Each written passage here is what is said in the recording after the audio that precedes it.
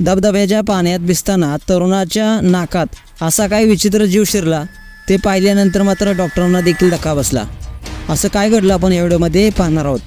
तरुणाच्या नाकातून अनेक दिवसापासून रक्त येत होतं। नाकात विचित्र हालचाल त्याला जाणवत होती। सुशीलने 2 आठवड्यापूर्वी उत्तराखंडमधील एका धबधब्याच्या साचलेल्या पाण्यात आंघोळ केली होती। यावेळी त्याच्या नाकात एक असा प्राणी गेला होता। तो प्राणी त्याचं रक्त शोषत होता। पुढे त्या तरुणाने हॉस्पिटलमध्ये दाखवलं तेव्हा डॉक्टरच्या टीमने दुर्बिणीच्या सहाय्याने त्याच्या नाकात पाहिलं। त्यावेळी मात्र डॉक्टरांना देखील धक्का बसला।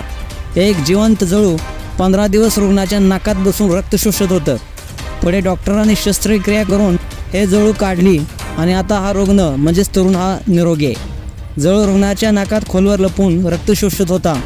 चांगली गोष्ट अशी होती की जळू नाकातून मेंदूत आणि डोळ्यात गेला नाही, अन्यथा समस्या निर्माण झाली असती। जळू एका बरणीत ठेवल्याचं डॉक्टरांनी सांगितलं। रुग्णाला 10 दिवसांनी फॉलोअपसाठी बोलवलं आहे।